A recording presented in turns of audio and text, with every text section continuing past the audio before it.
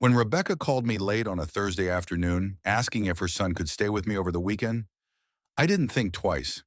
I'd known Rebecca for almost 2 decades, college roommates, partners in chaos, and friends who'd survived breakups, jobs, cross-country moves, and the slow, humbling process of becoming adults.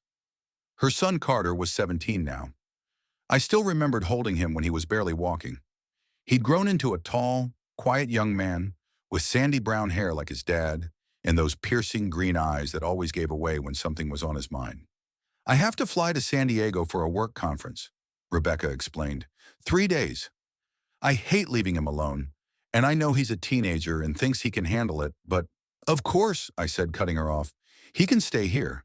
You don't even have to ask."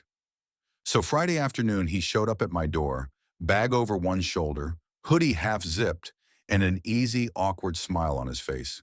"Hey, Miss Jenna," he said. I laughed. "You can drop the miss. You're not 10 anymore." "Still feels weird calling you just Jenna," he muttered, stepping inside. He'd grown so tall since the last time I saw him.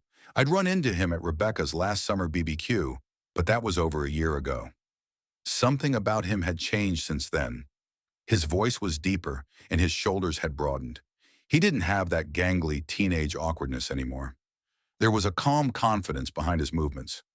"You're in luck," I said, as he dropped his bag by the stairs. "I made spaghetti." "You still make that spicy one with the garlic bread?" he asked. "You bet I do." He grinned. "That's the best." We spent the evening eating and watching an old comedy I used to love.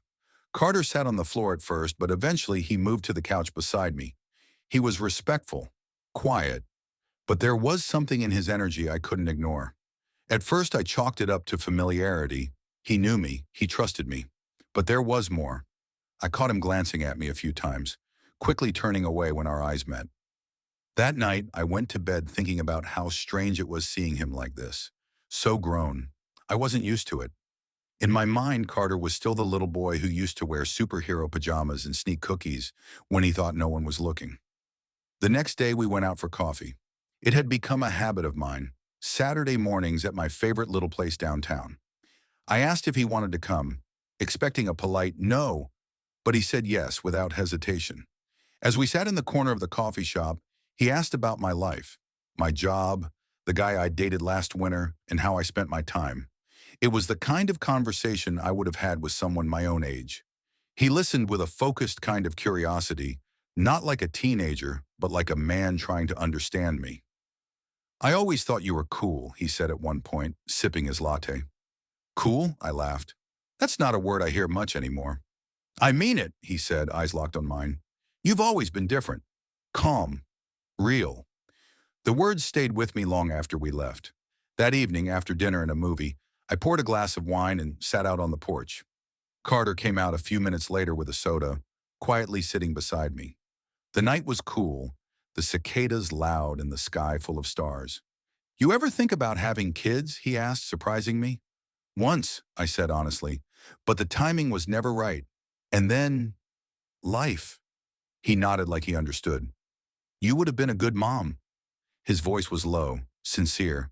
I smiled. "Thank you." There was a long silence between us, the kind that doesn't feel awkward. I could feel his presence next to me, warm, familiar. When I turned to look at him, he was already looking at me. His expression wasn't playful or innocent. It was open, honest. "Carter," I started, unsure what I was even trying to say. "I know I'm younger," he said, "and I know this probably sounds stupid, but I've thought about you a lot, more than I should have." The words hit me like a wave, not because I hadn't sensed it, I had, but because he said it out loud with no shame, no hesitation. "You're 17, I whispered. "I turn 18 in a few weeks," he replied, leaning slightly toward me. "But that's not what this is about. You're not just some crush, Jenna.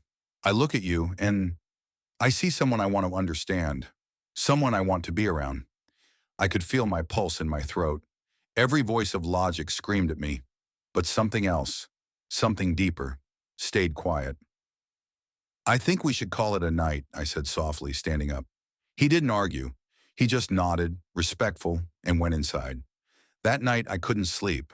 I lay in bed thinking about him, His words, his eyes, the way I felt sitting next to him. It was wrong. But it didn't feel wrong. It felt terrifyingly honest. The next morning I avoided him. I needed space to think. I went for a walk, came back to find him in my house.